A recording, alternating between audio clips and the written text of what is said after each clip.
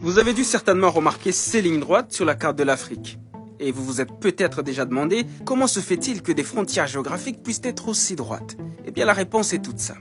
On a pris une règle, on a pris un crayon et on a tiré des traits. Ce sont des pays européens, l'Empire ottoman, des Américains et même des Russes qui n'avaient jamais mis les pieds en Afrique et qui traçaient tranquillement des lignes à des milliers de kilomètres de là et en l'absence des Africains. Si on ne leur a pas demandé leur avis pour les conquérir, ça on le sait, on ne leur a pas non plus ou rarement demandé leur avis pour tracer les limites. En gros, des peuples, pour servir leurs propres intérêts, ont décidé de l'avenir d'autres peuples, de leurs frontières et de leurs regroupements sans tenir compte de leur réalité. Résultat des courses, des familles divisées, des conflits géopolitiques permanents, un système commercial chamboulé et par-dessus tout, une carte qui n'a pas été pensée pour leur développement. Pour mieux comprendre, il faut revenir 134 ans en arrière. Afin d'éviter tout conflit, les grandes puissances coloniales se réunissent à Berlin de novembre 1884 à février 1885. Elles se partagent l'Afrique en fixant certaines règles. Et parmi ces règles, une toute simple. Toute puissance dite civilisée disposant d'un point d'appui sur la côte africaine avait le droit de pénétrer à l'intérieur du continent jusqu'à ce qu'elle rencontre une autre puissance dite civilisée. Et lorsque dans leur conquête, les puissances signataires se rencontraient, eh bien elles se mettaient d'accord sur les limites de leur territoire. On prenait un point géodésique ici, un autre là, et on tirait un trait tout droit entre les deux.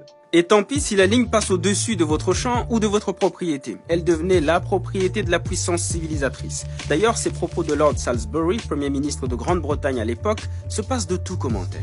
Nous avons entrepris de tracer des lignes sur des cartes où l'homme blanc n'avait jamais mis les pieds.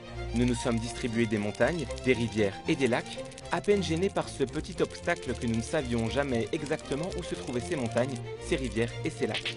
Et voilà comment on s'est retrouvé avec des territoires africains délimités en Europe à partir de cartes imprécises et parfois fausses. L'historien et cartographe français Bernard Lugan les appelle des découpages à la hache. Par exemple, une Gambie anglaise taillée dans les peuples Wolof et Manding accordés à la France, ou encore les évés coupés en deux tronçons entre le Ghana anglais et le Togo allemand.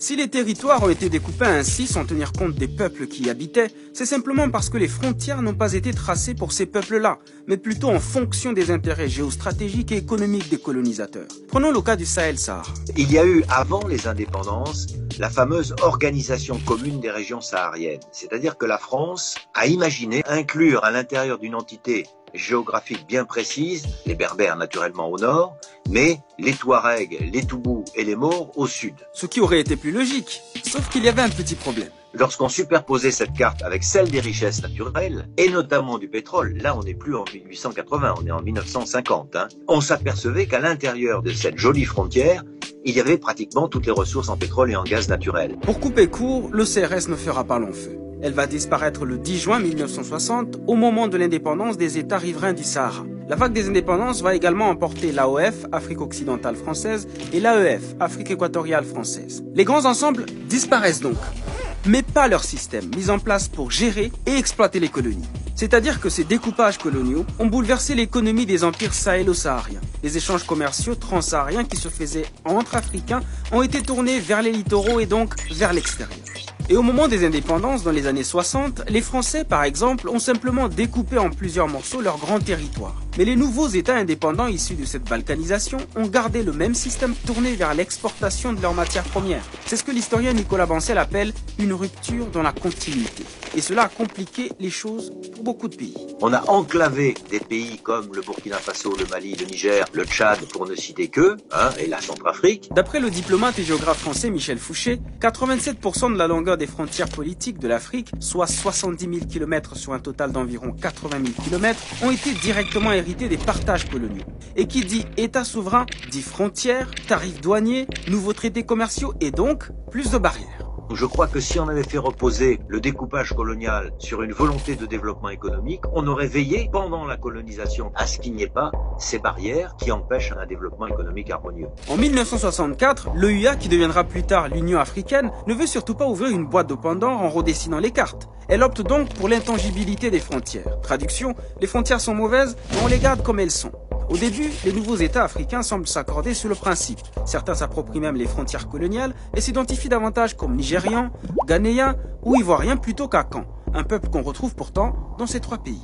On aurait pu par exemple décider de tracer un pays qui s'appellerait la Canite ou peu importe, je ne sais pas, à l'intérieur duquel les gens parleraient la même langue, un peu comme on l'a fait en Inde. Mais on ne l'a pas fait. Les frontières ainsi tracées ont divisé des groupes consanguins, les éloignant de leur territoire de rituels, de culture, de chasse et de pêche. Plus de 177 peuples ou groupes ethniques se sont trouvés éparpillés à travers plusieurs États. S'ensuivent des conflits de contestation de frontières aux aspirations indépendantistes.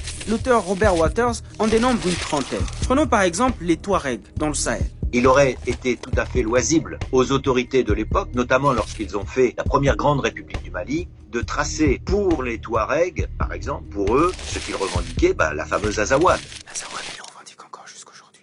Mais cela aurait-il empêché pour autant les conflits actuels et les divers mouvements armés? Pas si sûr, car plusieurs autres facteurs complexes entrent en jeu. Christian Bouquet cite notamment les politiques des présidents qui se sont succédés, l'échec de la transition démographique, le réchauffement de la planète ou encore les ajustements structurels. Même l'ONU constate un échec de développement généralisé des pays africains. In each case, it is about exclusion.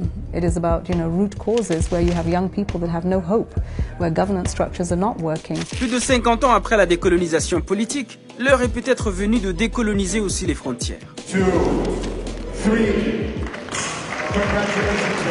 Le 7 juillet 2019, les pays membres de l'Union africaine ont lancé à Niamey la ZLEC, la zone de libre-échange continentale africaine, ce qui fera de l'Afrique le plus grand espace commercial au monde, selon le président nigérien. Un marché de 1,2 milliard de consommateurs actuellement, et ça sera 1,7 milliard de consommateurs en 2030, ça sera 2,5 milliards de consommateurs en 2050. Un vieux rêve qui se réalise. À défaut de redessiner les frontières politiques, l'UE veut ainsi faire d'ici 2063 ce qu'aurait peut-être dû faire son ancêtre l'EUA en 1964, c'est-à-dire faire sauter les frontières économiques. Une année à peine, le nombre de signatures est passé à 52.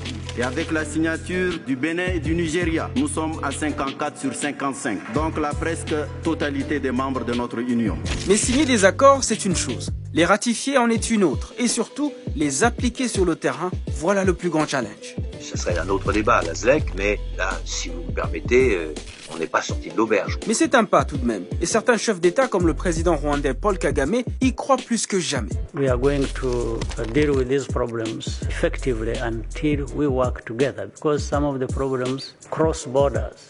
And we encourage and subscribe to regional integration and continental integration.